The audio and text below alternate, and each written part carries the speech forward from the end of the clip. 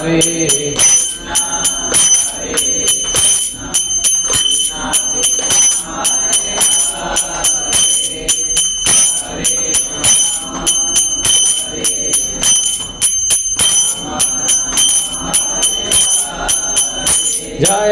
प्रभुपाद प्रभुपाद प्रभुपाद जय प्रभुपाद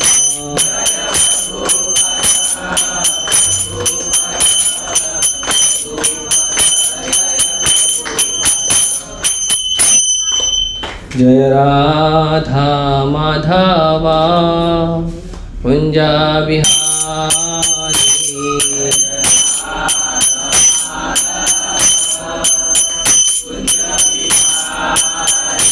जय राधा माधवा कुंज बिहारी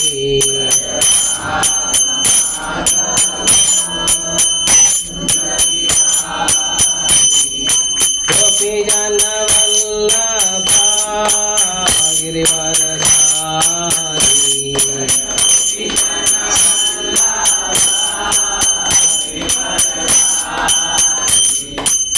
यशोदानंदन ब्रज जन रंजन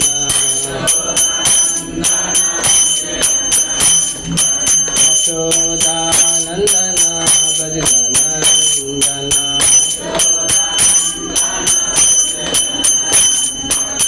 यमुना तीरा वनचारी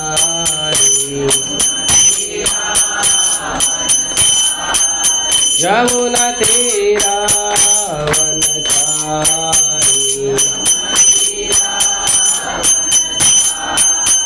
जय राधा माधवा कुंज बिहारी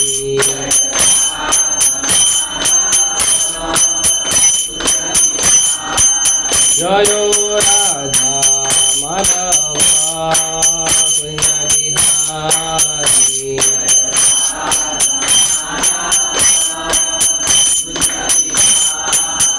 जय प्रभुपाद प्रभुपाद प्रभुपाद जय प्रभुपाद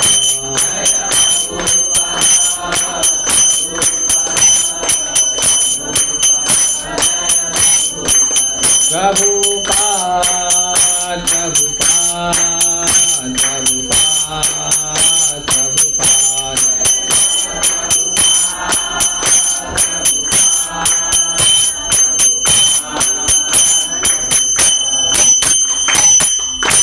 नाम संकीर्तन की जाए। ओम नमो भगवते वासुदेवाय ओम नमो भगवते वासुदेवाय ओम नमो भगवते वासुदेवाय ओम नमो भगवते वासुदेवाय ओम नमो भगवते वासुदेवाय ओम नमो भगवते वासुदेवाय। भक्तों से निवेदन है शांति बनाए रखें, आवाज न करें।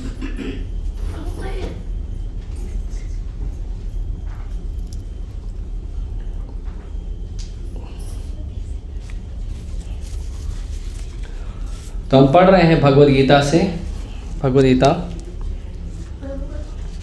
अध्याय नंबर 18।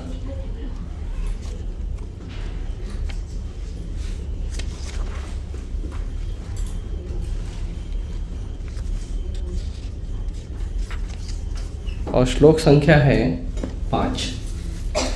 ठीक है, जो निकाल सकते हैं निकाल लीजिए, आवाज मत करिए, ध्यान रखिए। बात करना है तो बाहर जाके करिए, बाकी भक्तों को डिस्टर्ब मत करिए। यज्ञ दान तप कर्मा न त्याज्यं कार्यमेव तत् यज्ञो दानं तपश्चैव पावनानि मनीषिणाम्। अनुवाद: यज्ञ दान तथा तपस्या के कर्मों का कभी परित्याग नहीं करना चाहिए, उन्हें अवश्य संपन्न करना चाहिए। निसंदेह यज्ञ दान तथा तपस्या महात्माओं को भी शुद्ध बनाते हैं। तात्पर्य, योगी को चाहिए कि मानव समाज की उन्नति के लिए कर्म करे। मनुष्य को आध्यात्मिक जीवन तक ऊपर उठाने के लिए अनेक संस्कार पवित्र कर्म हैं। उदाहरणार्थ, विवाह उत्सव एक यज्ञ माना जाता है। यह विवाह यज्ञ कहलाता है। क्या एक सन्यासी जिसने अपना पारिवारिक संबंध त्याग कर संन्यास ग्रहण कर लिया है, विवाहोत्सव को प्रोत्साहन दे? भगवान कहते हैं कि कोई भी यज्ञ जो मानव कल्याण के लिए हो, उसका कभी परित्याग नहीं करें। विवाह यज्ञ मानव मन को संयमित करने के लिए हो, उसका कभी भी परित्याग न करें। विवाह यज्ञ मानव मन को संयमित करने के लिए है, जिससे आध्यात्मिक प्रगति के लिए वह शांत बन सके। सन्यासी को भी चाहिए कि इस विवाह यज्ञ की संस्तुति अधिकांश मनुष्यों के लिए करे। सन्यासियों को चाहिए कि स्त्रियों का संग न करें, लेकिन इसका अर्थ नहीं है कि जो व्यक्ति अभी जीवन की निम्न अवस्थाओं में है, अर्थात जो तरुण है, वह विवाह यज्ञ में पत्नी न स्वीकार करे। सारे यज्ञ परमेश्वर की प्राप्ति के लिए है, अतएव निम्नतर अवस्थाओं में यज्ञों का परित्याग नहीं करना चाहिए। इसी प्रकार दान हृदय की शुद्धि के लिए है। यदि दान सुपात्र को दिया जाता है तो इससे आध्यात्मिक जीवन में प्रगति होती है, जैसा कि पहले वर्णन किया जा चुका है। ओम ज्ञानतिमिरन्धस्य ज्ञानाञ्जनशलाकया चक्षुरुन्मिलितं येन तस्मै श्रीगुरवे नमः। श्रीचैतन्यमनोभीष्टं स्थापितं येन भूतले स्वयं रूपः कदा मह्यं ददाति स्वपदान्तिकं।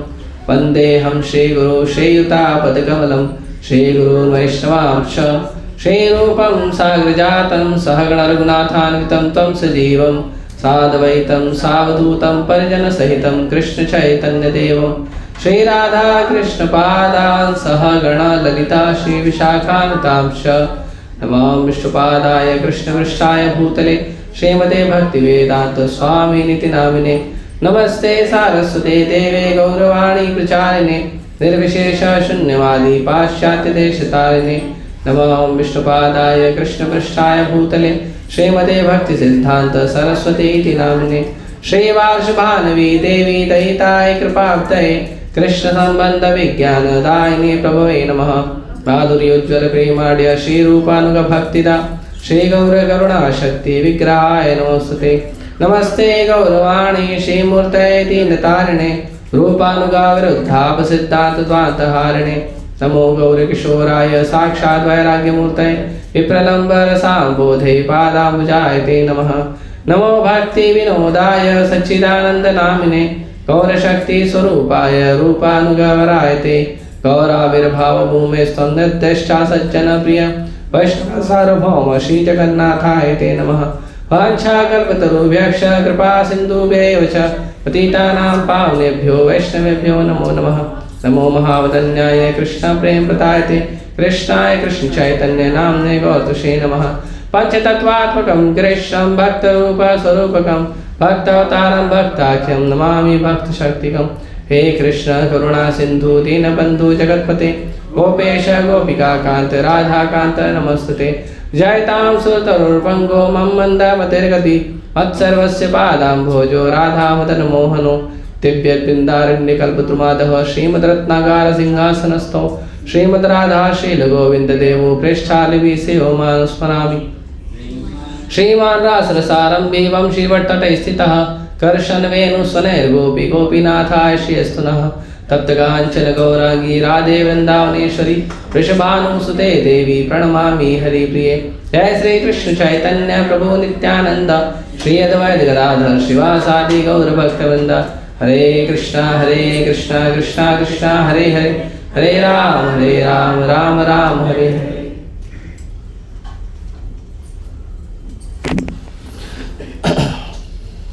हरे कृष्ण।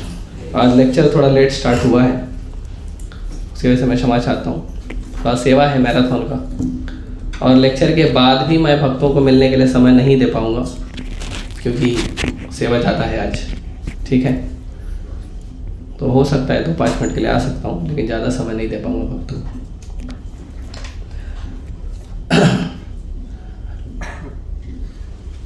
तो जो आधुनिक समाज हमने देखा है, आजकल का जो समाज है, इस समाज में ज़्यादातर जोर दिया जाता है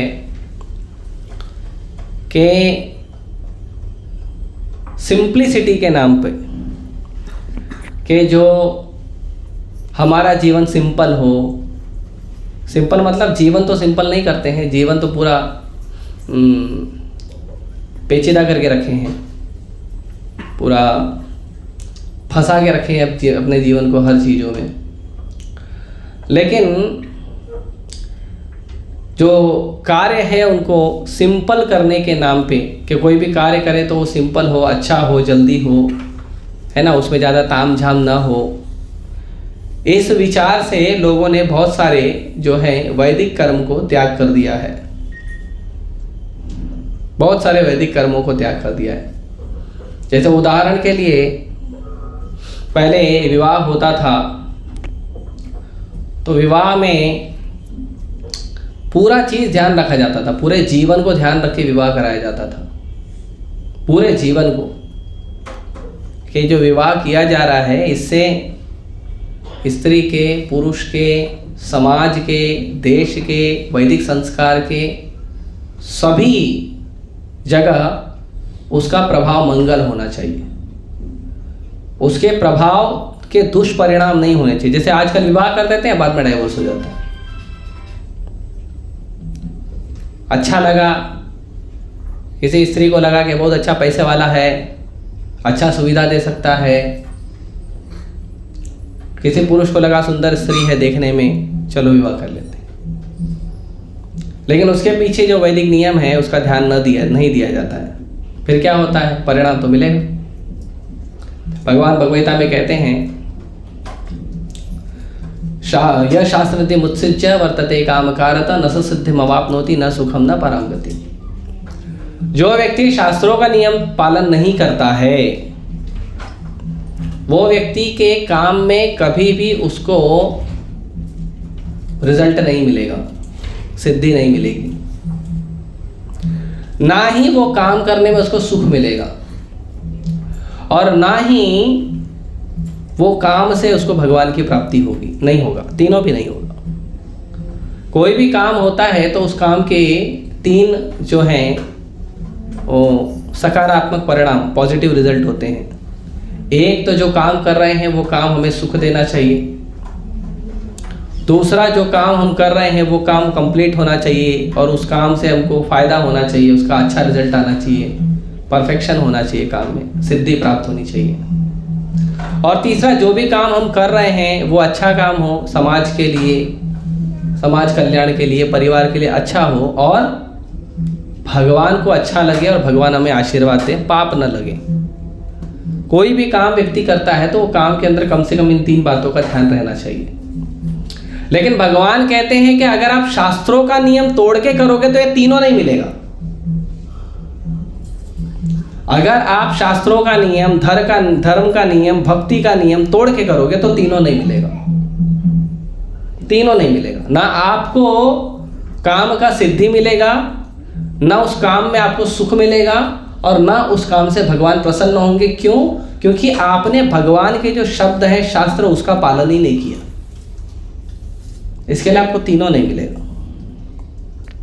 जैसे आजकल लोग विवाह करते हैं, स्कूल में, कॉलेज में लड़का लड़की एक दूसरे को पसंद कर लिए, चलो भाग के शादी करते हैं। चले गए कोर्ट में विवाह कर लिया, ठीक है, लिखा पढ़ी हो गया पेपर पे, लड़की के फेवर से 4 लोग आ गए, लड़के के फेवर से 4 लोग आ गए, चलो विवाह हो गया। अब जब विवाह करते हैं तो विवाह करने समय पहले ऐसा होता था कि स्त्री को विवाह करना है और पुरुष का विवाह करना, तो उनका बचपन से चेतना बनाया जाता था कि तुम अगर विवाह भी करोगे तो उसका कारण ये है। लेकिन आजकल चेतना बनाया जाता है, आजकल अगर लव मैरिज तो छोड़ो, अरेंज मैरिज में भी चेतना यही बनाया जाता है। जो लड़की होती है उसको पूरा अच्छे से चेतना बनाया जाता है कि तुमको अच्छा लड़का मिलेगा, ज़्यादा पढ़ा लिखा मिलेगा, ज़्यादा पैसे वाला मिलेगा, ज़्यादा सुविधा देगा, है ना, ये पूरा चेतना उसका बना के भेजते हैं। फिर अगर सुविधा कम मिलती है तो फिर मम्मी को फ़ोन करती है, मम्मी देखो आपने तो बोला था फ्रिज देगा, दिया नहीं, आपने तो बोला था ज़्यादा कमाता है, घर में काम वाली रखेगा, मेरे को ही काम वाली बना दी। और जब पुरुष होता है उसकी चेतना होती है कि हम यहाँ वहाँ घूमेंगे फिरेंगे, आज़ादी होगा और मुझे पूरा फ्रीडम रहेगा, मैं अपने मन मस्ती का बाहर का कुछ भी काम करूँगा और घर में आऊँगा, मुझे बढ़िया बना बनाया भोजन मिलेगा, है ना। पुरुष का भी चेतना ऐसे बनाया था, अरे तुम चिंता क्यों करते हो, तुम एक बार विवाह तो कर लो, फिर उसके बाद तो मज़े ही मज़े। 2 रोटी खाने के लिए 10 घंटा मेहनत करना पड़ेगा, वो नहीं सिखाया जाता उसको। तो पहले चेतना बनाई जाती थी, स्त्री को भी सिखाया जाता था, पुरुष को भी सिखाया जाता था कि अगर आप विवाह कर रहे हो तो एक दूसरे की सेवा करना। कोई भी 2 व्यक्ति आते हैं अपने एक साथ आते हैं तो उसका उद्देश्य होता है एक दूसरे की सेवा करना। स्त्री पुरुष तो छोड़ दो, पति पत्नी तो छोड़ दो, 2 मित्र भी आते हैं तो उसका मूल कारण होना चाहिए कि हम एक दूसरे की सेवा करेंगे, एक दूसरे को सुख दुख में सहयोग देंगे और भगवान की प्राप्ति के लिए, भगवान की सेवा के लिए हमारा संबंध बना के रखेंगे। हमारा संबंध अधर्म के लिए नहीं होगा, पाप के लिए नहीं होगा, भगवान की सेवा के लिए होगा। ये मूल कारण होना चाहिए, लेकिन आजकल ऐसा होता ही नहीं। जब झगड़ा होगा तो उसको तुरंत याद दिलाएंगे, तुमको पता है मैंने तुमसे दोस्ती क्यों किया था, तुमको पता है तुमसे विवाह क्यों किया था।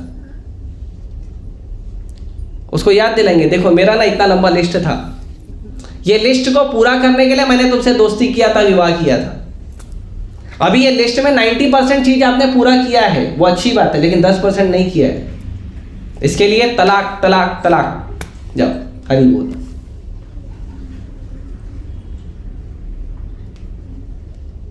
या दोस्ती नहीं है, कट्टी।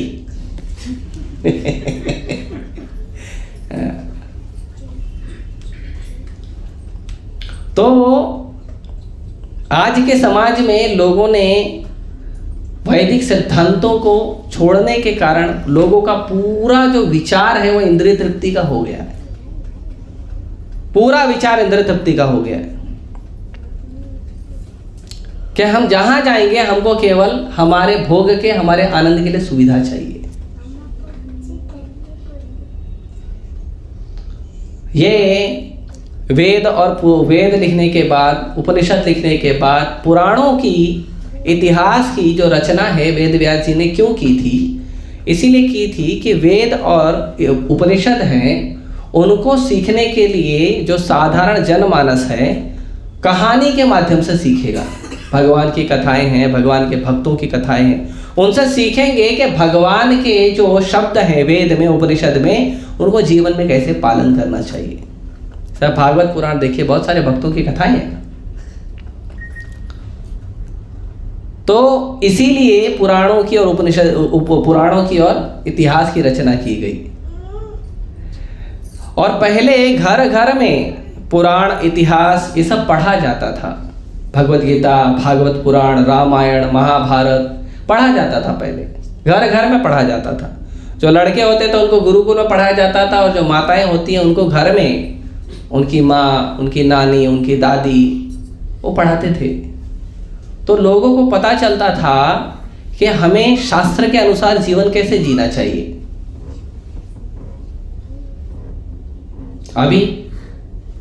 अभी स्कूल में भेजा जाता है। स्कूल में क्या सिखाया जाता है? स्कूल में सिखाया जाता है कि आपके पूर्वज बंदर थे, है ना। डार्विन का नाम सुना? बहुत बड़ा वैज्ञानिक हुआ है। आपके पूर्वज बंदर थे और आप बंदरों की पैदाइश हो, तो आप भी, आपके पूर्वज भी जंगली थे, आप भी जंगली बनो। कपड़े आधे पहनो या मत पहनो, मांस खाओ, दारू पियो। और स्कूल कॉलेज में आपको तैयार किया जाता है कि समाज में भटक भटक के पैसा जमा करो, नाम जमा करो, एक दूसरे का शोषण करो, ये सिखाया जाता है। सच बात है। इसका उदाहरण दूं, जब माँ अपने बच्चे को स्कूल भेजती है तो बच्चे को बहुत अच्छे से टिफिन बना के देती है, बेटा इसको लेके जाओ टिफिन। और क्लास में जो तुम्हारा बेंच पार्टनर है ना, जो तुम्हारे साथ बेंच पर बैठता है, उसके साथ ये टिफिन बांट के खाना। माँ सिखाती, अच्छी बात है। साल भर सिखाती है, मिल के रहना, झगड़ा नहीं करना, कुछ हो गया तो कोई बात नहीं, टीचर से बात कर लेना। साल भर सिखाती है मिल के रहना। साल के एंड में जब एग्जाम आता है तो वही माँ और वही टीचर क्या सिखाती है पता है? सबसे पहला नंबर लेके आना, सबको पीछे छोड़ देना। क्या सिखाती है? तेरा नंबर पहला आना चाहिए, बाकी सब पीछे रहने चाहिए। ऐसा पढ़ाई करो कि जो तुम्हारा दोस्त है ना वो तुमसे पीछे जाना चाहिए, तुम आगे रहना चाहिए। उद्देश्य दे दिया। अब करना कैसे वो नहीं बताते, बस पढ़ाई करो, जाग के पढ़ाई करो, ज़्यादा पढ़ाई करो। वो भी बोलता है ठीक है, माँ की इच्छा, टीचर की इच्छा यही है, पहला नंबर आना है, तो वो भी अपना दिमाग लगाता है कैसे पहला नंबर आना है। छोटी छोटी चिट्ठी उट्ठी बना लेता है, यहाँ वहाँ नकल मार लेता है ना, मस्का लगा लेता है टीचर को, तो थोड़ा बता देना। तो अगर ट्रेनिंग बच्चों का यही रहेगा तो बच्चे आगे कैसे बढ़ेंगे, क्या सीखेंगे? फिर बड़ा होके भी वही करता है। जीवन का उद्देश्य क्या है? पैसा कमाना, मनी, अपना सपना वही सिखाता। समाज के जो बड़े बड़े आदर्श हैं, जो नेता हैं, अभिनेता हैं, स्पोर्ट्समैन हैं, खेलने वाले हैं, क्या सिखाते हैं? पैसा कमाओ, इंद्रिय तृप्ति करो, भोग विलास करो, यही जीवन है। नहीं है तो गधे की तरह मेहनत करो, प्राप्त करो और भोगो। भगवान को भूल जाओ, शास्त्रों को भूल जाओ। ये सिखाते हैं। आपको कोई वस्तु चाहिए, अगर आपके बजट का नहीं तो कोई बात नहीं, लो बजट का मार्केट में निकालेंगे, लेकिन आपको भोगना पड़ेगा, उस भोग का आनंद लीजिए। लेकिन कोई ये नहीं सिखाता है कि हम संसार में आए हैं, संसार क्यों बना है, संसार का मालिक कौन है और उसकी क्या इच्छा है। पूरा जिंदगी तो ट्रेनिंग दिया जाता है, माँ की ये इच्छा है, पापा की ये इच्छा है, टीचर की ये इच्छा है, भाई की इच्छा ये है, बहन की इच्छा ये है, बच्चों की इच्छा ये है, हमारे रिश्तेदारों की ये इच्छा है। भगवान की क्या इच्छा कोई सिखाता है? अरे उसको खुद को नहीं मालूम। जो टीचर है, जो माँ बाप है, उसको खुद नहीं मालूम भगवान की क्या इच्छा है, क्योंकि उसने भी कभी पूरा करने का प्रयास नहीं किया, जानने का प्रयास नहीं किया। भगवान कौन है? धर्म के पिता। भगवान कौन है? भगवान हमारे सूर्य हैं, भगवान हमारे स्वामी हैं। भगवान से ज्यादा हमें कोई प्रेम नहीं करता। भगवान सबसे कृपालु है, दयालु है, करुणामय है, और उनकी भी तो कुछ इच्छा है। जब तुम संसार में इंसानों की इतनी सारी इच्छाएं हैं तो भगवान की भी तो कुछ इच्छा होगी। कोई सिखाता ही नहीं है भगवान की क्या इच्छा है। अभी फरवरी आएगा, वैलेंटाइन डे, वो लड़की बोलेगी मेरी इच्छा है, तो देखो खुश हो रहे कितने, तैयारी कर रहे हो क्या? क्या लंबी स्माइल आ जाती है आप लोगों के चेहरे में। एक दूसरे को मत देखो, मेरे दोनों देख रहा हूं मैं तो। एक दूसरे को देख रहे। तो लड़की बोलती मेरी ये इच्छा है, लड़का बोलता मेरी ये इच्छा है। तो शुरू में एक दूसरे को पकड़ने के लिए तो इच्छाएं पूरी कर देते हैं, बाद में अपनी इच्छा पूरी करने के लिए उसका शोषण करते हैं। दोनों साथ में आके भी ये नहीं सोचते हैं कि भगवान की क्या इच्छा है, कम से कम इस पे तो काम करें।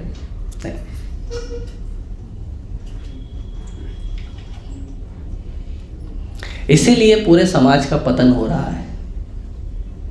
इसीलिए पूरा समाज गर्त में जा रहा है। क्योंकि दुनिया बनाई है भगवान ने, दुनिया हमने नहीं बनाई है, ये वैज्ञानिक लोग ने नहीं बनाई है मिट्टी पत्थर खेल के। वैज्ञानिक अनुसंधान क्या होते हैं? कोई मिट्टी से खेलता है, कोई पत्थर से खेलता है, कोई हड्डी से खेलता है, कोई केमिकल से खेलता है और बोलते हैं हम वैज्ञानिक हैं। आप जो वैज्ञानिक बने हो उसका आधार क्या है? कोई तो ज्ञान होना चाहिए ना वैज्ञानिक बनने का। नहीं, कुछ तो भी कर रहा था, कुछ बन गया, ये यूरेका लो समाज को बना दिया। उसका कोई उद्देश्य होना चाहिए, मैंने ये क्यों बनाया। बनाने के पहले ही उद्देश्य का विचार होना चाहिए, मैं क्यों बना रहा हूं। नहीं, ऐसे लोग हम वैज्ञानिक बोलते हैं। और स्कूल में कॉलेज में रट्टा मार मार के पढ़ाई करते हैं, 2 नंबर के लिए याद रखना पड़ता है। ये वैज्ञानिक ने गुरुत्वाकर्षण की खोज की थी, हाँ, और नहीं लिखा तो टीचर मार्क्स नहीं देते। और टीचर को भी क्या करना है, पगार से मतलब है। बच्चे का भविष्य बने या बर्बाद हो उसको क्या मतलब है। और अगर टीचर ने कम पगार दिया तो दूसरे कॉलेज में चली जाती है, उसको क्या फर्क हो, तुम बच्चे से क्या लेना देना। हाँ, ऐसा हुआ। मुंबई में एक बहुत बड़ी कोचिंग है, मेडिकल की कोचिंग, मेडिकल की इंजीनियरिंग की कोचिंग, बहुत बड़ी कोचिंग। कोचिंग वाले ने पैसा ले लिया, बच्चों से फीस ले लिया, बच्चों को पढ़ाने के लिए बच्चे एडमिशन ले लिए बहुत सारे। अच्छा, उसमें भी बार्गेनिंग किया, अलग अलग लोगों से अलग अलग फीस लिया, अलग अलग माँ बाप से अलग अलग, क्योंकि वो बार्गेनिंग करते हैं, है ना। किसी से 5 लाख, किसी से 10 लाख, किसी से 20 लाख, ऐसा बार्गेनिंग करके। ठीक है, सब माँ बाप अपने अपनी क्षमता के अनुसार दिए, बच्चों का एडमिशन फाइनली हो गया। तो कोचिंग में थोड़ा नुकसान आ रहा था, तो कोचिंग वालों ने क्या किया कि जो टीचर है पढ़ाने वाले, उनका पगार नहीं दिया, 1 महीने का 2 महीने का नहीं दिया होगा। टीचर लोग स्ट्राइक कर दिए, हम यहाँ काम क्यों करें पैसे के लिए, तुम पैसा ही नहीं दे रहे। टीचर लोगों को पता चला दूसरी कोचिंग वाला हमको रखने को तैयार है। वो सारे टीचर उन सब बच्चों को जो टीचर के भरोसे आए थे पढ़ने, अनाथ छोड़ के दूसरी कोचिंग में चले गए। पिछले रविवार एक भक्त आके बता रहे थे उनका बेटा पढ़ता है, कोई लगाव नहीं है। हम सोचते हैं स्कूल कॉलेज में भेजेंगे, बच्चे पढ़ाई करेंगे, टीचर को कोई लगाव नहीं, टीचर को पैसे से लगाव, क्योंकि टीचर का भी ट्रेनिंग इसीलिए हुआ है। जो गुरु होता है, जो शिक्षक होता है, उसकी जिम्मेदारी होती है कि अपने विद्यार्थी का जीवन निर्माण हो, अपने विद्यार्थी में संस्कार निर्माण हो।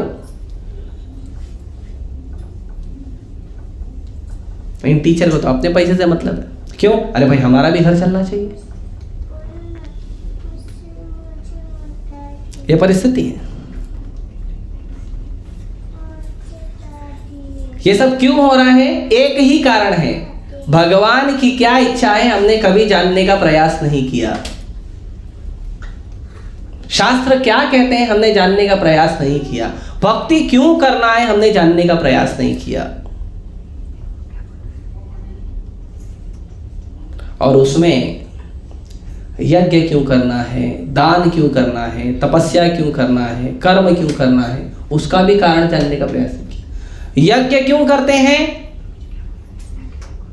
हमारा धंधा ठीक से नहीं चल रहा है, यज्ञ करो पंडित जी, थोड़ा धंधा ठीक से चले। संतान प्राप्ति नहीं हो रही है, यज्ञ करो थोड़ी संतान प्राप्ति हो जाए। घर में क्लेश हो रहे हैं, थोड़ा पूजा पाठ कर दो, घर के क्लेश ठीक हो जाए। कोई बीमार पड़ा है, पूजा पाठ कर दो, आदमी ठीक हो जाए। अच्छा, आप भगवान को रिक्वेस्ट कर रहे हो कि आपको आपके घर में जो बीमार है वो ठीक हो जाए, या संतान प्राप्ति हो जाए, या अच्छी जगह विवाह हो जाए, या ये हो जाए वो हो जाए, तो आप चाहते हो भगवान आपकी इच्छा पूरी करें, सही बात है। लेकिन भगवान की क्या इच्छा है वो भी तो जानने का प्रयास करो। भगवान क्या चाहते हैं वो भी तो जानने का प्रयास करो। वो बिना जाने आप कैसे सक्सेसफुल होगे? एक छोटा उदाहरण देता हूं। किसी भी कंपनी में कोई एक मान लो किसी व्यक्ति ने कंपनी बनाया है ना, मान लो टाटा की कंपनी। तो कंपनी बनाने वाला जो है उसने कंपनी बनाया, कंपनी के नियम बनाया, नियम कानून बनाया कंपनी के, और उसके बाद उसने कंपनी में वर्कर रखा, कस्टमर के लिए प्रोडक्ट बनाया। अब जो कंपनी में वर्कर लोग गए हैं उनको क्या करना चाहिए? कंपनी के मालिक के हिसाब से काम करना चाहिए या अपने हिसाब से काम करना चाहिए? अपने हिसाब से काम करेंगे तो चलेगा क्या? क्यों नहीं चलेगा? मेरी मर्जी, मैं काम कर रहा हूं, मेरी मर्जी, तुम कौन होता बताने वाला? सही बात है ना? आप किसी देश में चले जाओ, जैसे मान लो कोई भारत में ड्राइवर है, गाड़ी चलाता है। अब भारत में जो ड्राइवर है वो कहाँ बैठता है? गाड़ी के दाहिने साइड में, राइट। और अमेरिका में कहाँ बैठता है? बाएं साइड में। अब वो चले गए अमेरिका। अमेरिका में बोला क्या काम करोगे? ड्राइविंग करेंगे। ठीक है चलो गाड़ी चलाओ। बोले नहीं, गाड़ी का स्टीयरिंग गलत जगह लगाया है,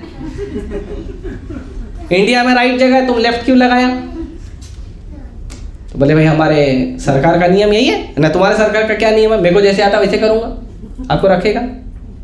क्यों नहीं रखेगा? आपकी मर्जी, आपकी इच्छा, क्यों नहीं रखेगा? सरकार के खिलाफ विद्रोह करेंगे, आंदोलन करेंगे, धरने पे बैठेंगे, ऐसे कुछ करेंगे? क्या करेगा अमेरिका वाला पता है? प्रभु जी हम आपको हरे कृष्ण कहना चाहते हैं। हरे कृष्ण चाहिए।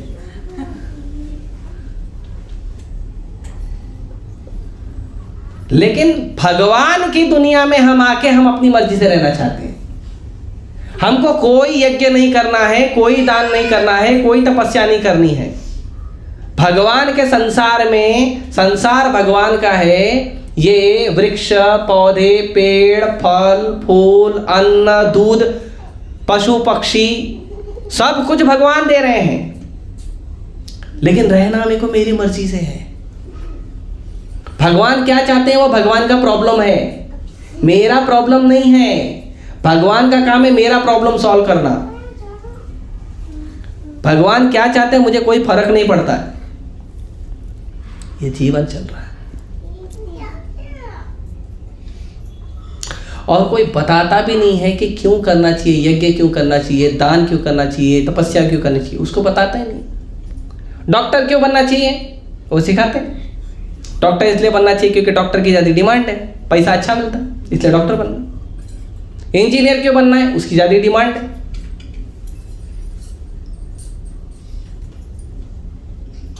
साधु बनना चाहिए, उसकी डिमांड ही नहीं, तो साधु बनते हैं। अभी इस्कॉन में के वजह से साधु का डिमांड हो गया है, तो लोग साधु बन के घूमते हैं, लेकिन साधु बनने के बाद भी तपस्या नहीं करते क्योंकि तपस्या का डिमांड ही नहीं है ना। साधु बन जाएंगे, तिलक लगाएंगे, धोती कुर्ता पहनेंगे, सेल्फी लेंगे, भगवद गीता का 1-2 श्लोक पढ़ेंगे, रील्स बनाएंगे, वो करेंगे। लेकिन साधु के बनने के लिए जो तपस्या करना है, जो यज्ञ करना है, जो कर्म, वो नहीं करेंगे और फेमस हो जाएंगे। फिर एक दिन आपको टीवी वाला बुलाए, उधर जाके इंटरव्यू देंगे, बड़े फेमस हो जाएंगे। फिर क्या आएगा?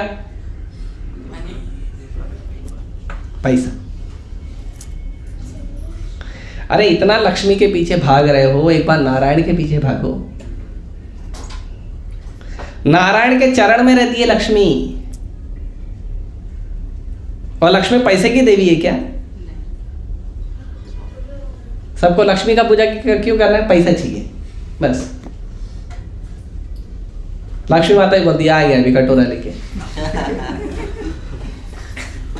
मांगे थोड़ा, ठीक है लाइन में खड़े रहो, टोकन लेके नंबर आएगा तो दूंगी। तो हम जानना का प्रयास करेंगे कि यज्ञ, दान और तपस्या क्यों करना चाहिए, उसका क्या कारण है, क्या हमें प्राप्त होता है, उसके लिए क्या नियम है, ये जानना चाहिए। तो जो श्लोक है आज का, इसमें भगवान कह रहे हैं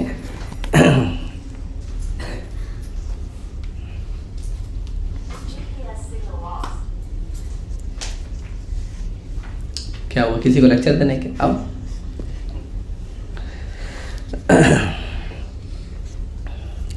तो अर्जुन ने भगवान को पूछा 18 अध्याय के शुरुआत में, हे महाबाहु, मैं त्याग का उद्देश्य जानने का इच्छुक हूँ, और हे केश निषूदन, हे ऋषिकेश, मैं त्यागमय जीवन का भी उद्देश्य जानना चाहता हूँ। त्याग क्यों करना चाहिए उसका। तो भगवान ने कहा,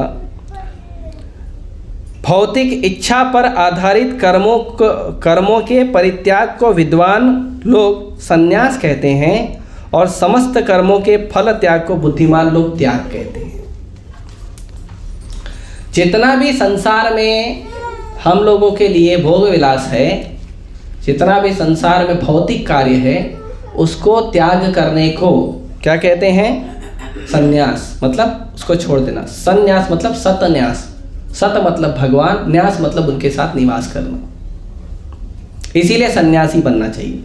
सन्यासी घर घर भीख मांग के खाने के लिए नहीं बनना चाहिए, वो सन्यासी नहीं होते हैं।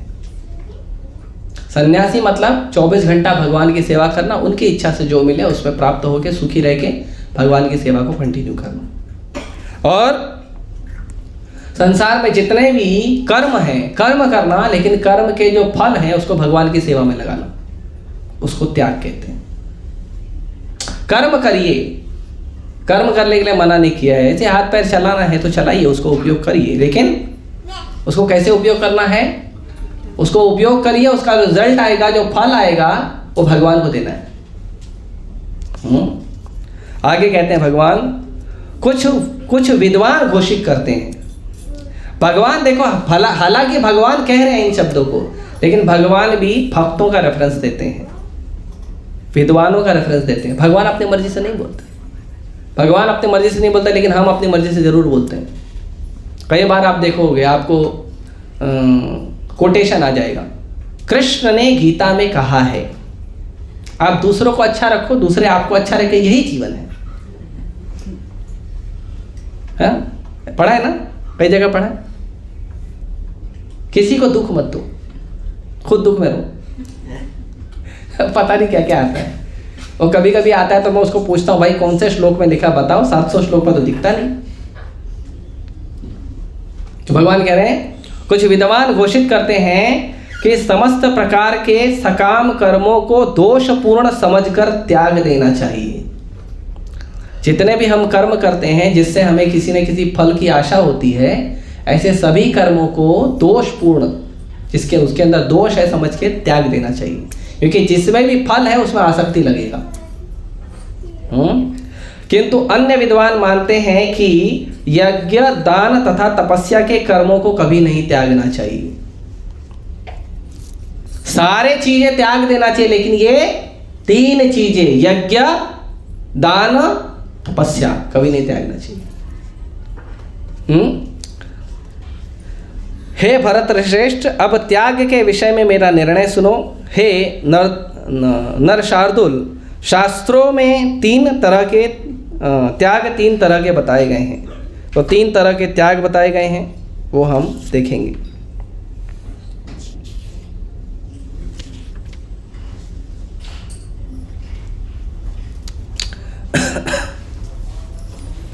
तो आज का जो श्लोक है, भगवान कहते हैं, यज्ञ, दान तथा तपस्या के कर्मों का कभी परित्याग नहीं करना चाहिए, उन्हें अवश्य संपन्न करना चाहिए। निसंदेह यज्ञ, दान तथा तपस्या महात्माओं को भी शुद्ध करते हैं। अब पहले इसको समझेंगे, फिर आगे देखते हैं। तो भगवान कहते हैं कि यज्ञ, दान और तपस्या तो कभी नहीं त्यागना चाहिए। तो कोई कहे, अरे हम तो हरे कृष्णा के भक्त बन गए हैं, हम तो भक्त बन गए हैं, हम तो साधु बन गए, हम तो सन्यासी बन गए हैं, अब तो दान लेने वाली पार्टी है ना, हम दान देने वाली पार्टी थोड़ी है। भक्त बन गए तो दान लेते हैं, गीता का दान दो, अन्न का दान दो, इसका दान दो, उसका दान दो, है ना, दान लेने वाली पार्टी है। तो अभी तो हम इस साइड आ गए, उस साइड तो है नहीं, देने वाली पार्टी में तो नहीं है। भगवान कहते हैं ऐसा नहीं है। यज्ञ, दान और तपस्या को हमेशा करना चाहिए। अगर आप महात्मा भी बन गए हो तो भी करना चाहिए, क्योंकि आप महात्मा बन गए हो तो भी आपको शुद्ध यही करेगा। यज्ञ को करने के लिए, दान को करने के लिए, तपस्या को करने के लिए हर व्यक्ति को तैयार रहना चाहिए, क्योंकि इससे व्यक्ति शुद्ध होता है, इससे व्यक्ति के मन का कल्मश दूर होता है। हमारे जीवन में जितनी भी समस्याएं हैं, उन समस्याओं का मूल कारण है कि हम लोगों ने अपने जीवन में बहुत सारे कल्मश पैदा किए हैं, अनर्थ पैदा किए हैं। हमारे जीवन का उद्देश्य जो है काम से प्रेरित होता है, भोग से प्रेरित होता है, ईर्ष्या से प्रेरित होता है, क्रोध से प्रेरित होता है। हमारे काम का जो उद्देश्य है या जो हमारे काम का जो कारण है वो भगवान की सेवा नहीं होती है, समाज की सेवा नहीं होती है। उसके पीछे हमारे अनर्थों की प्रेरणा होती है। इसीलिए जब तक हम शुद्ध नहीं होंगे तब तक क्या होगा, हमारे अनर्थों की प्रेरणा से जो भी काम करेंगे उससे हमें दुख मिलेगा और हम अशुद्ध जीवन जिएंगे, दुखमय जीवन जिएंगे, कष्टमय जीवन जिएंगे, पापमय जीवन जिएंगे, अपराधमय जीवन जिएंगे। और इसमें सबसे बड़ी विडंबना यह है कि आपको लगेगा कि आप सही कर रहे हो, आप कर गलत रहे हो, लेकिन आपको पूरा विश्वास होगा कि मैं सही कर रहा हूं। समाज में इतने सारे लोग इतना सारा धंधा व्यापार सब खोल के बैठे हैं, बोलो मंदिर आओ, नहीं, मंदिर नहीं जाना। क्यों नहीं जाना? मंदिर जाने से क्या मिलता? मंदिर जाने से रोटी मिलती है क्या? लेकिन प्रसाद बरोबर मांगने आते हैं वो लोग। मंदिर जाने से रोटी मिलती है? अरे कर्म करना पड़ता है, भगवान भी कर्म के आधार पे ही फल देते हैं। अच्छा, भगवान कर्म के बंधन में है, गधा कौन सा कर्म करता है? वो हाथी खाता है इतना टन टन, वो कितना कर्म करता है? शेर मांस खाता है, गाय घास खाती है, क्या कर्म करते हैं वो लोग? मनुष्य जीवन में अभी हालांकि सारे जितने भी जीवन है वो कर्मों के अनुसार ही मिले हैं, सारे जीवन कर्मों के अनुसार ही मिले हैं, लेकिन एक बार आपको जो जीवन प्राप्त हुआ उसमें आपके कर्म, पिछले कर्मानुसार आपको मिलेगा ना, सब कुछ आपका दाना पानी सब मिलेगा। अब तो भजन करो ना, नहीं करना, भक्ति नहीं करना, मंदिर नहीं जाना। और कुछ लोग तो इतने भयभीत होते हैं भगवान के नाम से, भक्तों से भी दूर रहते हैं, प्रसाद से भी दूर है। प्रसाद नहीं खाना है, प्रसाद नहीं खाऊंगा मैं, उसको पता है वो शुद्ध हो जाएगा ना, प्रसाद खाएगा तो शुद्ध हो जाएगा, पता है ना, वो शुद्ध नहीं होना, उसको गड़बड़ करना। विडंबना देखिए, लोग तंबाकू खाएंगे, गुटखा खाएंगे, दारू पिएंगे, मांस खाएंगे, प्रसाद नहीं खाएंगे। क्या विडंबना है? सब अच्छा है, गुटखा, दारू, तंबाकू, बाकी मांस और भी जो अगड़म बगड़म सामान मिलता है सड़क पर और फास्ट फूड के नाम से, है ना, 5 बार 10 बार 20 बार 50 बार तेल में तला हुआ भजिया समोसा सब खाएंगे, सब बढ़िया है, फर्स्ट क्लास। प्रसाद नहीं है। भगवान का प्रसाद जो परम भगवान को भोग लगाने के लिए सबसे सुंदर, अच्छे से, सबसे सात्विक शुद्ध वातावरण में भक्त लोग जो भजन करने वाले भक्त हैं उनके द्वारा बनाया जाता है, वो नहीं खाएंगे, उससे बहुत तकलीफ होती है। ऐसी विडंबनाएं चल रही है। क्यों? क्योंकि उनको कारण नहीं पता, किसी ने बताया भी नहीं, और अगर कोई बताना चाहता है तो मुझे सुनना नहीं। इसीलिए ज्ञान की आवश्यकता है। इसीलिए स्कूल में, कॉलेज में, न्यूज़पेपर में, न्यूज़ में, मूवीज़ में जो फिल्म होती है, टीवी सीरियल होता है, उसमें जो ज्ञान मिलता है उसको नहीं लेना चाहिए। उससे बुद्धि भ्रष्ट होती है, खराब होती है, उससे आप भक्ति के विरुद्ध जाते हो, उसको नहीं सुनना चाहिए। तो कारण देखते हैं अभी यज्ञ का 17 नंबर अध्याय के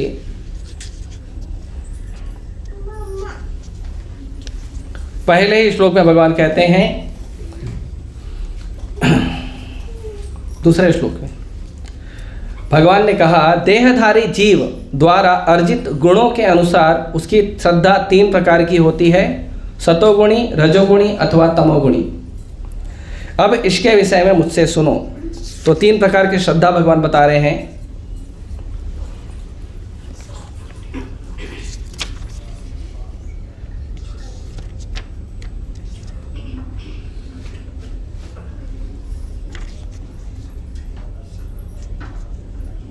और इसी में भगवान आगे कहते हैं 11 नंबर श्लोक में अब यज्ञों के बारे में बता रहे हैं।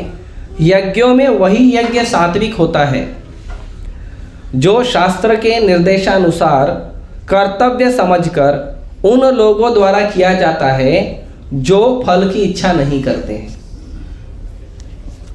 फिर से रिपीट करो, दोनों ध्यान से।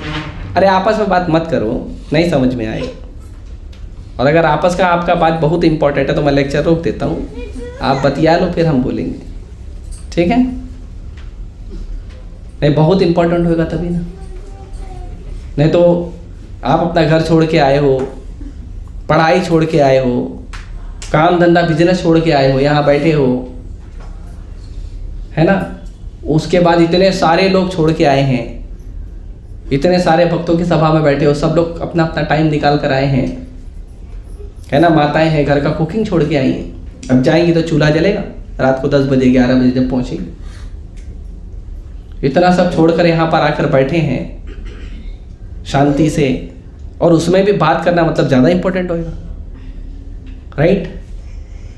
मैं गलत थोड़ी बोल रहा हूँ, होगा तभी बात कर रहे हैं ना, आप गलत थोड़ी।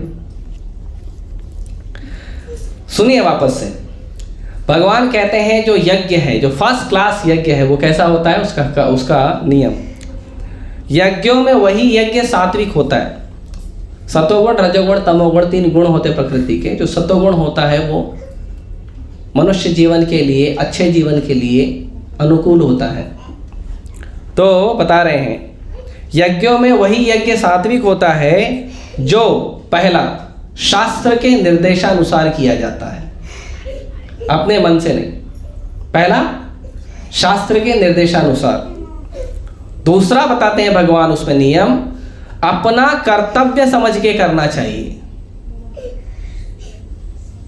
अपना कर्तव्य समझ के करना चाहिए। तीसरा, और उन लोगों द्वारा करना चाहिए जो फल की इच्छा नहीं करते हैं। क्या बताया? 3 बताओ।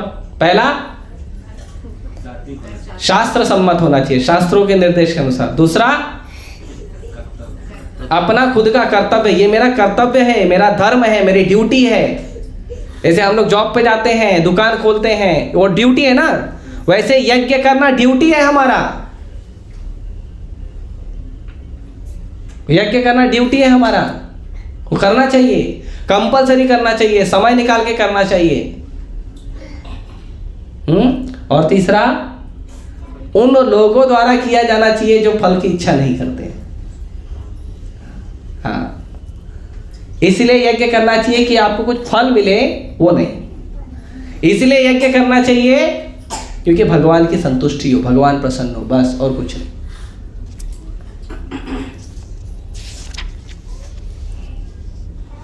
अब सुनिए सेकंड क्लास का, जो सेकंड लेवल का जो यज्ञ है। लेकिन हे भरत श्रेष्ठ, जो यज्ञ किसी भौतिक लाभ के लिए या गर्ववश किया जाता है उसे तुम राजसी समझो। ये सेकंड लेवल का है कि मुझे यज्ञ करना, लेकिन मुझे कुछ फायदा चाहिए भगवान से,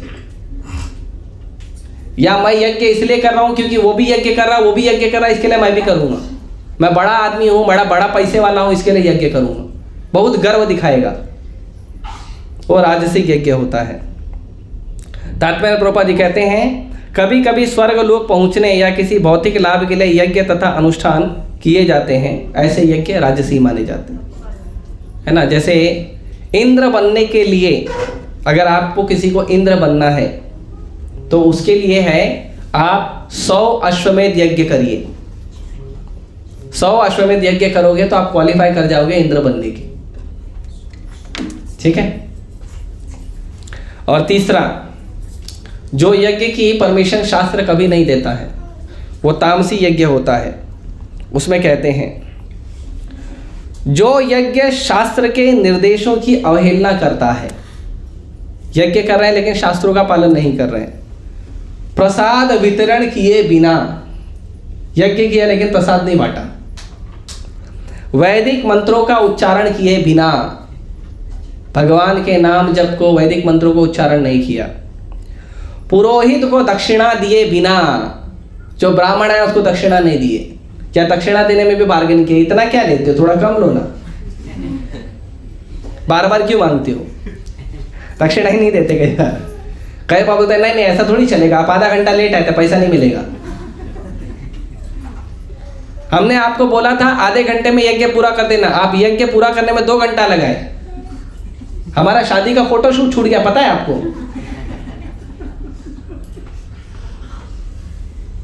फोटोशूट छूट गया, और बढ़िया हम लोग नाचने वाले थे बॉलीवुड के गाने पे, वो छूट गया। तो इसके लिए आपको पैसा नहीं मिलेगा, कम 50% देंगे, पूरा नहीं देंगे। या कभी कभी तो कुछ लोग इतने ईर्ष्यालु होते हैं और बोलते हैं जो प्लेट में जमा हुआ ना वो लेके जाओ, खुद की तरफ से कोई दक्षिणा नहीं देंगे, जो पूजा की थाली में वो लेके जाओ बोलते हैं। ऑब्वियसली वो पूरा का पूरा ब्राह्मण का ही होता है पुरोहित का, लेकिन अलग से खुद भी दक्षिणा देना चाहिए, नहीं देते। श्रद्धा के बिना संपन्न किया जाता है यज्ञ, इसलिए कर रहे हैं क्योंकि पत्नी ने कहा था इसके लिए कर रहे हैं, मेरी इच्छा नहीं थी, यही जिद करते रहती है इसके लिए। प्रभु जी हम लोग तो कर्म में विश्वास रखते हैं, हम लोग तो ये सब में विश्वास नहीं रखते, ये मेरी पत्नी बोलते रहती है इसके लिए, ठीक है आप आए हो कोई बात नहीं, अच्छा है भजन वजन करके जाओ, खुद की श्रद्धा नहीं है। यज्ञ में जो लोग सम्मिलित होते हैं, आकर बैठते हैं, यज्ञ में तपस्या में जो बैठते हैं, उनका श्रद्धा होना चाहिए कि हम भगवान के यज्ञ के लिए बैठ रहे हैं, तपस्या के लिए बैठ रहे हैं, लेक्चर के लिए बैठ रहे हैं, कीर्तन में बैठ रहे हैं, दर्शन कर रहे हैं भगवान का, नहीं उसमें मोबाइल लेके बैठते।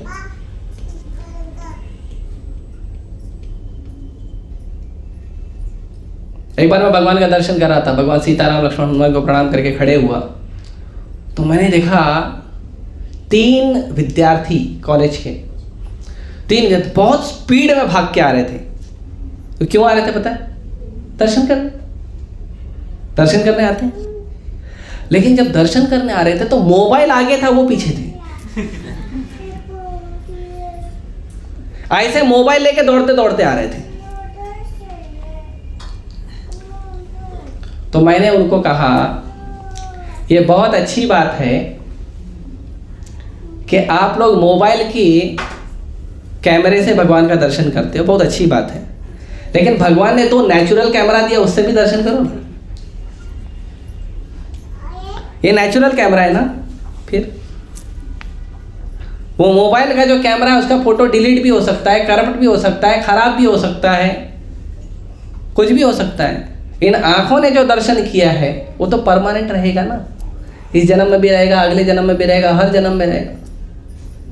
भगवान का पट जैसे ही खुलता है वैसे ही मोबाइल ऊपर हो जाता है, पीछे वाले को पता ही नहीं चलता भगवान आए कि नहीं आए, दर्शन ही नहीं कर पाए।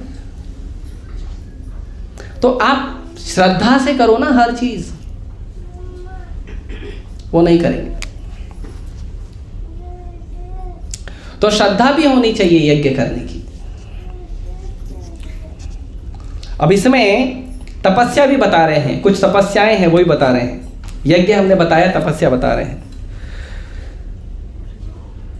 श्लोक संख्या 14 में 17वां अध्याय श्लोक संख्या 14।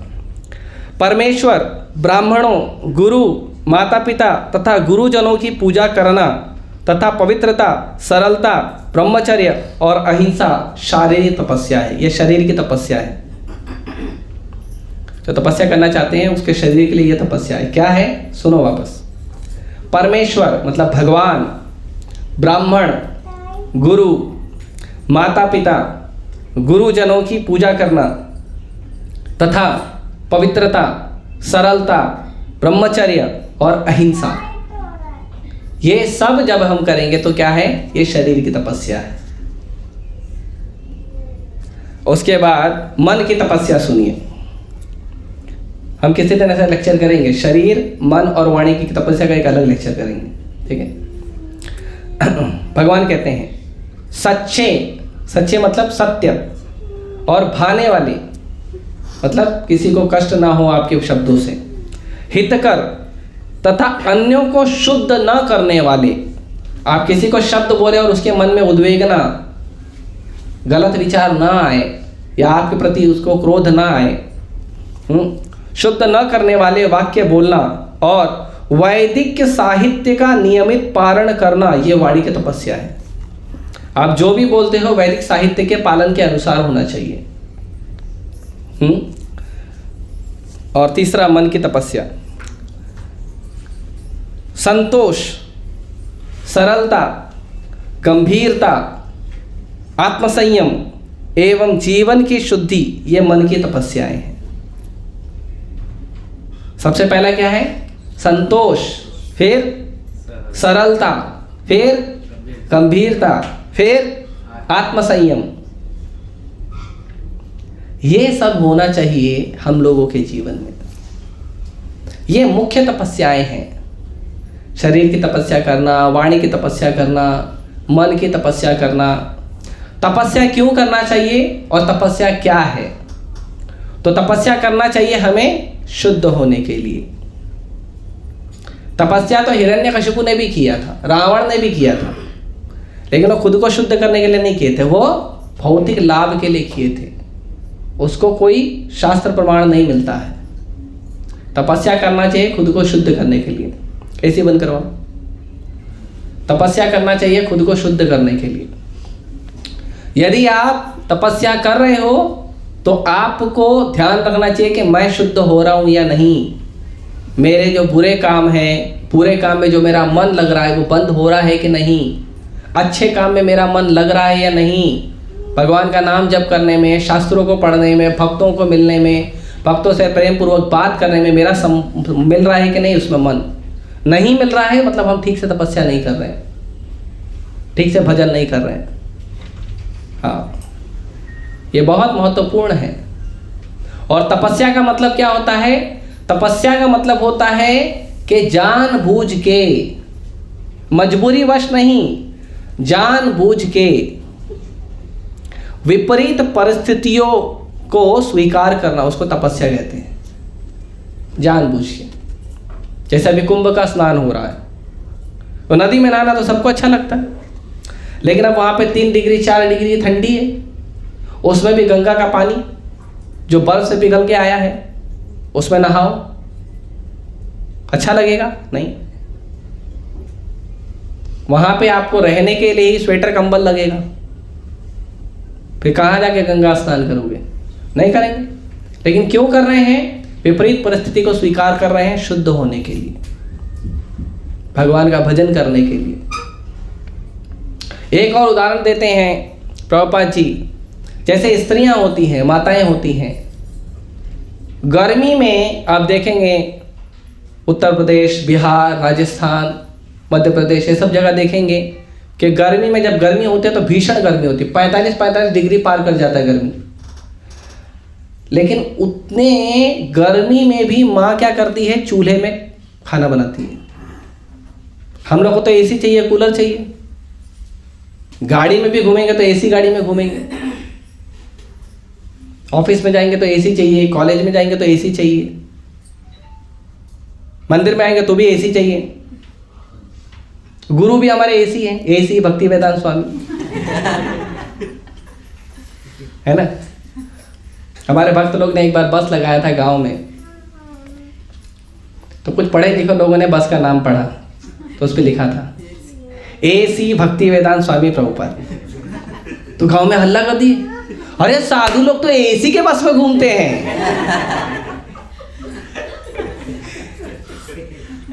तो आए, बोले बाबा जी आपके बस में तो एसी है ना? बोले नहीं एसी तो नहीं है। नहीं, इधर लिखा है एसी। बोले ठीक है, तू जा अंदर तेरे में एसी मिलेगा। गर्मी का टाइम था, पतरे की बस है, एकदम बस गर्म हो चुकी थी, धूप में खड़ी थी। अंदर क्या, अरे अंदर तो बहुत गर्मी है। एसी क्यों? एसी नहीं है। ये एसी क्यों लिखा? गुरुजी का नाम है। अभय चरण। हर जगह हमको चाहिए। लेकिन माँ क्या करती है?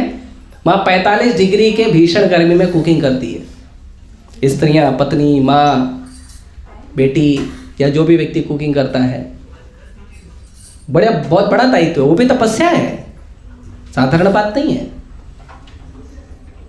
तो ये जो तपस्याएं हैं, तपस्या मतलब विरोधी परिस्थिति को स्वीकार करना, अपने आप को शुद्ध करने के लिए, अपना धर्म पालन करने के लिए, ड्यूटी पालन करने के लिए स्वीकार करना चाहिए।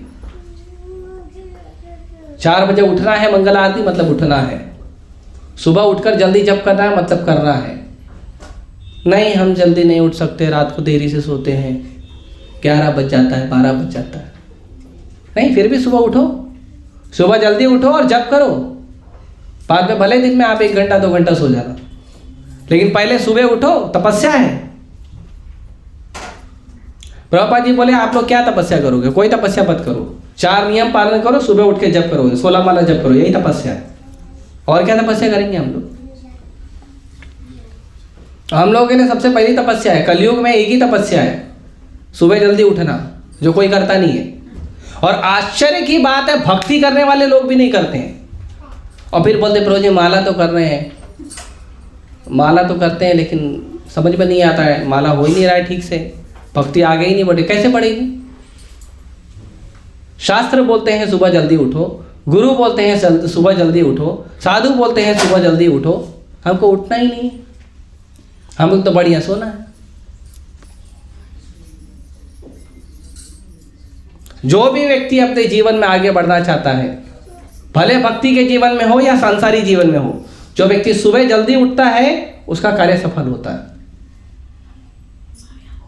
और जो देर तक सोता है ना, उसको कोई फल नहीं मिलता है। आप देख लीजिए, जो लोग सुबह उठते हैं, आप देखिए उनका जीवन कैसा है। भले भजन नहीं करते, सांसारिक काम करते हैं, सुबह 4 बजे उठते हैं, मेहनत करते हैं, सांसारिक काम करते हैं, जीवन अच्छा चलेगा उनका, क्योंकि सुबह सुबह सात्विक वातावरण होता है। जो विद्यार्थी लोग हैं, पढ़ाई वढ़ाई कर रहा है, मन नहीं लगता, सुबह जल्दी उठ के पढ़ाई करो, देखो कैसे मन लगता है। तो सबसे पहला सुबह जल्दी उठना, फिर 4 नियम पालन करो, और फिर 16 माला पूरा करो। इतना करके देखो जीवन में कोई बाधा ही नहीं आएगी। भगवान बोल रहे हैं कि तुम मेरा भजन करो, मैं तुम्हारे जीवन में कष्ट नहीं आने दूंगा, मैं रक्षा करूंगा तुम्हारी। नहीं, माला तो कर रहे हैं, भगवान रक्षा ही नहीं कर रहे हैं। आप माला कर रहे हो, सही बात है, भजन कर रहे हो, सही बात है, लेकिन आप कैसे कर रहे हो? जैसे भगवान ने बताया वैसे कर रहे हो क्या? फिर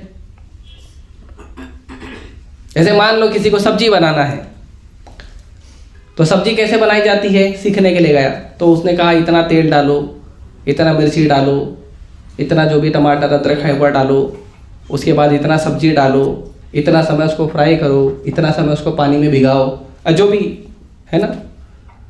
तो उस अनुपात में करेंगे तो क्या मिलेगा आपको? वैसा स्वाद मिलेगा। सही बात है, सही बात है। आप लोगों ने कभी कुकिंग किया नहीं? कैसे सही बात बोल रहे हो? चूल्हे के सामने गया ही नहीं कभी, मजबूरी में गया होगा जब मम्मी ने धक्का मार के भेजा होगा, अपनी इच्छा से तो कभी गया नहीं। बहुत अच्छा एक्सपीरियंस है कुकिंग, करके देखो, आनंद आएगा। तो उसका एक अनुपात है। आप किसी को बोलो मीठा कैसे बनता है, उसकी रेसिपी बताइए, उसकी विधि बताइए, तो आपको बताएंगे ऐसे ऐसे बनाना है। अब उसने जैसे बताया वैसे बनाओगे तो अच्छा बनेगा, ठीक बनेगा। उसने बताया आपको कि 1 कप पानी डालना है, आपने 1 लोटा पानी डाल दिया। फिर फोन करेंगे, प्रभु जी सब्जियां तो तैर रही है।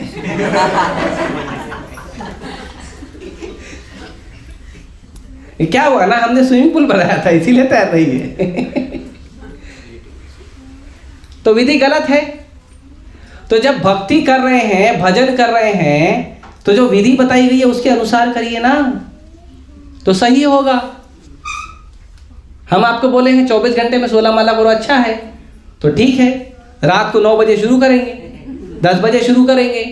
कुछ महान आत्माएं हैं 11 बजे शुरू करते हैं, 12 बजे शुरू करते हैं, सुबह मंगला आरती का जो 4 बजे का समय है उसके पहले जप करके सो जाते हैं।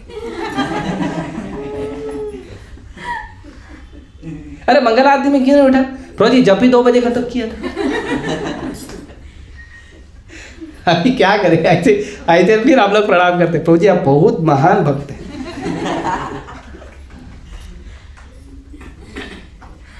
ऐसा क्या जप करोगे? ऐसे भजन होगा? सारा काम पहले करना है, भगवान का भजन लास्ट में करना है। तो जीवन में सुख आएगा, आनंद आएगा? नहीं आएगा। फिर भी भगवान कृपा करते हैं, चलो ठीक है नाम तो लिया, कलयुग का जीव है। भगवान बोलते भाई दो थोड़ा कृपा दे दो।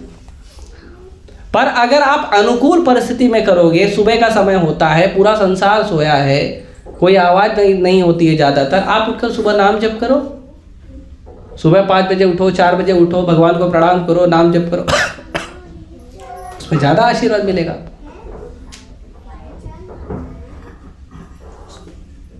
कई बार हम देखते हैं कि भक्तों को हम बोलते हैं सुबह उठ के जल्दी जप करो, भक्त उठ के जप नहीं करता। लेकिन अगर उसकी नौकरी लग जाती है ना, सुबह 7 बजे पहुंचना है तो 4 बजे उठ जाता है। पैसा ज्यादा इंपॉर्टेंट है, हरिनाम की कृपा इंपॉर्टेंट नहीं है। आपको पता है हम यज्ञ की बात कर रहे हैं तो 4 प्रकार के यज्ञ हैं 4 युग के लिए। सत्य युग में यज्ञ किया जाता था, उसकी विधि थी कि भगवान के चरण कमल पे ध्यान लगाना। त्रेता युग में विधि थी बड़े बड़े हवन करना। हवन करना और यज्ञ करना 2 अलग चीज है। जिसको हम यज्ञ बोलते हैं वो हवन है, वो यज्ञ नहीं है। हवन मतलब जो मिट्टी का चबूतरा बना के, गोबर का चबूतरा बना के उसमें लकड़ी घी और ये सब डाल के जो हवन करते हैं वो हवन होता है, उसको यज्ञ नहीं बोलते हैं। वो यज्ञ का एक प्रकार है। यज्ञ मतलब भगवान कृष्ण को प्रसन्न करना। भगवान कृष्ण का नाम है यज्ञ पुरुष। तो भगवान यज्ञ पुरुष को प्रसन्न करने वाली सेवा को यज्ञ कहते हैं। तो उसको यज्ञ कहते हैं, तो वो यज्ञ है, हवन यज्ञ नहीं है। तो त्रेता युग में बड़े बड़े कुंड बनाए जाते थे, हवन कुंड, और उसमें हवन किया जाता था। अश्वमेध यज्ञ है, राजसूय यज्ञ है, बड़े बड़े यज्ञ किए जाते थे जो हवन किए जाते थे। तो वो तरीका था। द्वापर युग में यज्ञ का तरीका था कि भगवान के बड़े बड़े विग्रह बनाओ, बड़े बड़े मंदिर बनाओ और भगवान की अर्चा विग्रह पूजा अर्चना करो, वो यज्ञ की विधि थी। कलयुग में भगवान ने हम सबको कृपा की है कि चरण कमल पे ध्यान मत लगाइए, वो हमारे लिए बड़ा मुश्किल है। बड़े बड़े मंदिर मत बनाइए, वो भी मुश्किल है। घर का दाल रोटी निकल जाता है बड़े मुश्किल से, मंदिर कैसे बनाएगा? मंदिर में आते हैं 5 रुपये 10 रुपये ढूंढते हैं दान करने के लिए। अब मोबाइल की दुकान पे जाते हैं तो 2-2 लाख का बिल फाड़ते हैं। खाली रिचार्ज ही 1 महीने का मोबाइल का रिचार्ज ही लोगों का 400 500 1000 2000 का होता है। लेकिन मंदिर में दान केवल 10 रुपया करेंगे या 2 रुपया करेंगे। छुट्टा मिल गया इसके लिए और छुट्टा नहीं मिला तो 10 रुपया दान करेंगे, उससे ज़्यादा नहीं करेंगे। कोई बात नहीं।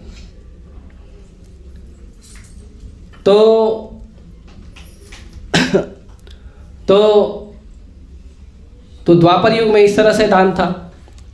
और हम द्वापर युग में बड़े बड़े मंदिर बनाना वो हम कर नहीं सकते, बड़े बड़े हवन करना वो कर नहीं सकते हैं, क्योंकि हवन करने के लिए शुद्ध ब्राह्मण चाहिए, शुद्ध घी चाहिए।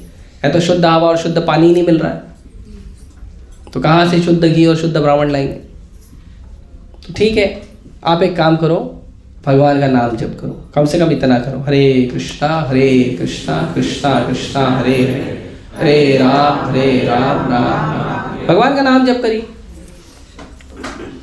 सबसे सिंपल है। कलौ तद हरि कीर्तनात्। कलयुग में एक ही यज्ञ है, भगवान का नाम जप करना, ये यज्ञ है। और दान करना, दान योग्य व्यक्ति को करना चाहिए, जो व्यक्ति योग्य है। कोई भी व्यक्ति ऐसा चद्दर फैला है उसको दान करना, ऐसा नहीं करना चाहिए। कोई व्यक्ति भूखा है उसको भोजन देना चाहिए। लेकिन जो दान है, दान के अधिकारी केवल 2 लोग होते हैं, ब्रह्मचारी और सन्यासी, बस। क्योंकि ये आपका दान लेके भगवान की सेवा में लगाते हैं। और उसमें भी जो ब्रह्मचारी सन्यासी है वो देखना चाहिए योग्य है कि अयोग्य है। कई बार लोग बिजनेस करने के लिए कपड़ा पहन के घूमते हैं, वो देखना चाहिए। आप पूछो, आप ये पैसा दोगे तो कहाँ लगाओगे, सेवा में कहाँ लगाओगे, बताते हैं गाय की सेवा में लगाएंगे, पुस्तक वितरण की सेवा में लगाएंगे, अन्न बांटने की सेवा में लगाएंगे, बताते हैं भक्त लोग। तो हमें दान भी देना चाहिए तो सुपात्र, सुयोग्य पात्र सही होना चाहिए, योग्य व्यक्ति होना चाहिए, उसको देना चाहिए दान। और तपस्या क्यों करनी चाहिए? तपस्या करनी चाहिए मन की, आत्मा की, शरीर की, वाणी की शुद्धि के लिए। ये इसके मुख्य कारण है। बाकी जितने भी कारण आप समाज में आज तक के सुने हो, वो सारे कारण जो है बेकार है, उसको नहीं करना चाहिए। तो इसीलिए हमें इन चीज़ों का ध्यान रखना चाहिए। और ये चीज़ें ऐसा नहीं है कि आप भक्त बन गए हो, भक्ति करने लगे हो तो आप यज्ञ नहीं करोगे, दान नहीं करोगे, तपस्या नहीं करोगे। नहीं, आपको पूछना चाहिए, ये हमारा कर्तव्य है। आपको खुद से नहीं समझ में आ रहा है तो भक्तों से पूछिए कैसे करना है, और पूछ कर करना चाहिए। उससे हम क्या होंगे? हम पवित्र होंगे। आप भले भक्त बन गए हो, भले महात्मा बन गए हो, तो भी ये यज्ञ, दान और तपस्या छोड़ना नहीं चाहिए, इसको करते रहना चाहिए। कभी बंद नहीं करना चाहिए यज्ञ, दान और तपस्या। हमारे मंदिर के कई सारे भक्त हैं, स्वामी सन्यासी हैं, वो जब जाते हैं धाम यात्रा करने तो कुछ ना कुछ डोनेशन देते हैं। इतने बड़े सन्यासी हैं, वर्ल्ड लेवल के सन्यासी हैं, नहीं तो भी जाएंगे मंदिर, दूसरे मंदिर में जाते तो दान करते हैं। उनको अपने आप दान आता है, लेकिन फिर भी वो जाते हैं दूसरी जगह दान करते हैं। हमने देखा है पब्लिक कंप्लेन करती है, अरे मंदिर में जाते हैं देखो पकड़ लिया साधु पैसा मांग रहा है। लेकिन उसी मंदिर के बाहर हजारों रुपए खर्चा कर देंगे, उसमें संकोच नहीं होगा। साधु को पैसा देने में संकोच है, लेकिन अपनी इंद्रिय तृप्ति के लिए या और बाकी वस्तुओं के लिए आप पैसा खर्चा करो, उसमें संकोच नहीं होता। तो कैसे पवित्र होंगे? जब हम अपनी इच्छाओं की पूर्ति के लिए कार्य करेंगे तो कैसे पवित्र होंगे? जब हम दान का, तपस्या का, यज्ञ का भाव नहीं रखेंगे तो कैसे पवित्र होंगे? इसीलिए पवित्र होने का ये साधन है, ये हमें शुद्ध करता है। और इन सब में जो सर्वोत्तम यज्ञ है वो है भगवान का नाम जप करना। भगवान का नाम जप करना सबसे बड़ा यज्ञ है। यज्ञानाम तप यज्ञोस्मि, भगवान भगवद गीता में कहते हैं। ये यज्ञों में, सारे यज्ञों में जो सबसे सर्वश्रेष्ठ यज्ञ है वो मैं हूं, और मैं हूं कौन सा? जप यज्ञ। तो भगवान जप यज्ञ है, इसीलिए जप करना सबसे ज़्यादा इंपॉर्टेंट है। कोई यज्ञ कर सको या ना कर सको, कम से कम सुबह वो जल्दी उठो और जप करो। सुबह जल्दी उठे और जप करिए, प्रयास करिए। अपना संघर्ष करना चाहिए जीवन में, हर चीज़ के लिए संघर्ष करते हैं, भजन के लिए क्यों नहीं संघर्ष करते हैं? भजन के लिए भी संघर्ष करना चाहिए। मैं जल्दी उठूँ, सुबह जल्दी उठूँ, सुबह जल्दी उठकर जप करूँ। बाद में आपको नींद आती है, दिन में थोड़ा सो जाइए, रात को जल्दी सोइए। कभी कभी कुछ भक्त हैं, उनको मैं पूछा आप रात को क्यों जागते हो, जल्दी तो आ जाते हो? तो बोलते नहीं प्रभु जी, हम गीता पढ़ते हैं, भागवत पढ़ते हैं। तो मैंने कहा आप गीता भागवत पढ़ते हैं, उसको सुबह जल्दी उठ के पढ़ो।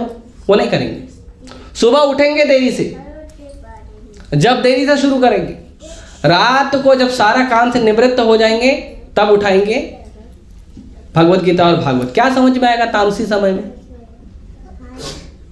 क्या विचार जाएगा आपको?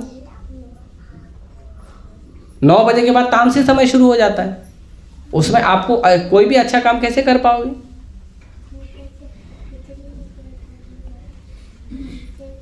तो नहीं सुनते हैं। ठीक है, कम से कम कर तो रहा है, इसीलिए हम भी बोलते बहुत बहुत धन्यवाद। कर तो रहा है, लेकिन साधना भजन का समय जो होता है सुबह का होता है। ऐसे 24 घंटे में हर समय कर सकते हो, और करना चाहिए, हर समय अनुकूल है। जब भगवान की कथा कीर्तन हो, भागवत श्रवण हो, पढ़ना हो, लिखना हो, जप करना हो, सारा समय अनुकूल है। लेकिन सुबह का समय ज़्यादा अनुकूल होता है, इसीलिए सुबह के समय ध्यान देना चाहिए। ऐसे नहीं कि हम पूरा घर का काम, अपने ऑफिस का काम, अपने काम धंधे का काम, सब काम करेंगे, मित्रों से मिलना है, किसी के शादी में जाना है, पार्टी में जाना है, घूमना फिरना है, किसी ने बुलाया थोड़ा बहस करना है, बात करना है ना, ऐसे ही टाइम पास करने के लिए 2-2 घंटा 4-4 घंटा बिता देंगे। रात में याद है, अरे जब नहीं हुआ है, 10 बज गया, नहीं अभी तो प्रसाद पाने का टाइम, ठीक है चलो प्रसाद लाओ, महाप्रसादे गोविंदे, खाओ पियो आनंदे, वो भी खा लिया। फिर 11 साढ़े 11 बजे घर का पूरा काम खत्म, अब जब शुरू करेंगे, कहाँ से मन लगेगा?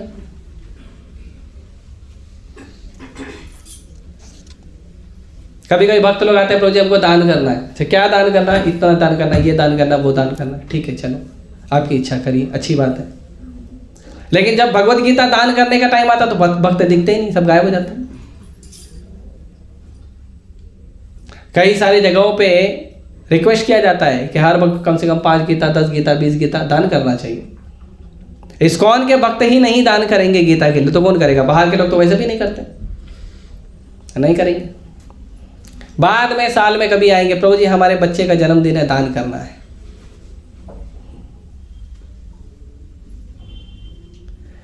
तो अच्छी बात है, आप जो भी दान करते हो, जो करते हो अच्छी बात है, लेकिन जब आप देखिए समय अनुकूल है तब दान करिए, तब भक्तों को दीजिए, तब सेवा। हालांकि जो भी दान है वो हर समय के लिए, जब भी आप उत्तम भगवान की सेवा के लिए जो दान करोगे, जो यज्ञ करोगे, जो तपस्या करोगे, उसका हर समय अनुकूल है।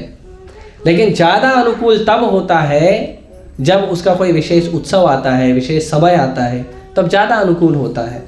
भगवान ने दिसंबर में मोक्षदा एकादशी के दिन भगवान ने भगवद गीता बोली, गीता जयंती का समय चल रहा है, हम उससे लोगों को, कई बार लोगों को दान लेते हैं। उसके बाद आपका गीता सब यहाँ से जमा होके गया, अभी आज ही सुबह गाड़ी निकली है, गई है प्रयाग गाड़ी, 12 भक्त गए हैं गाड़ी लेकर।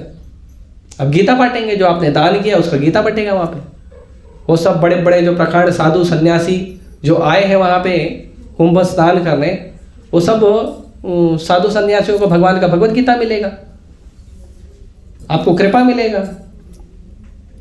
तो इसीलिए अच्छी बात है ये। पहली बात तो करने का उद्देश्य होना चाहिए भगवान की सेवा और मन की शुद्धि, ये पहला कारण।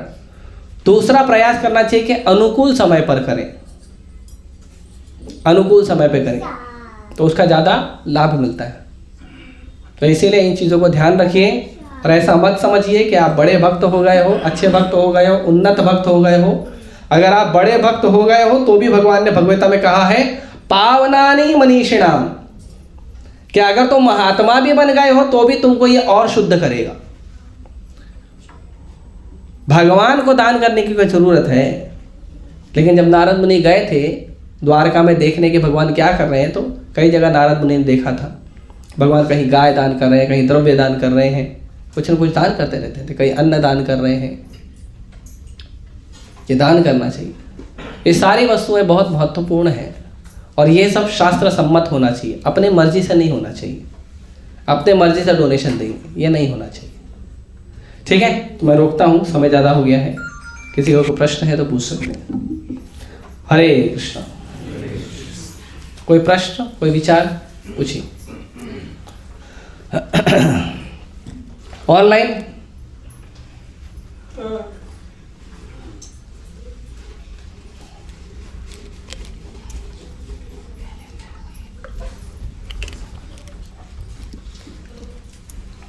प्रसाद नहीं लिए क्या आप? पता चल रहा है। प्रश्न नहीं है किसी का? प्रभु जी आज आपका मूड अलग है, प्रश्न नहीं पूछ रहे हैं।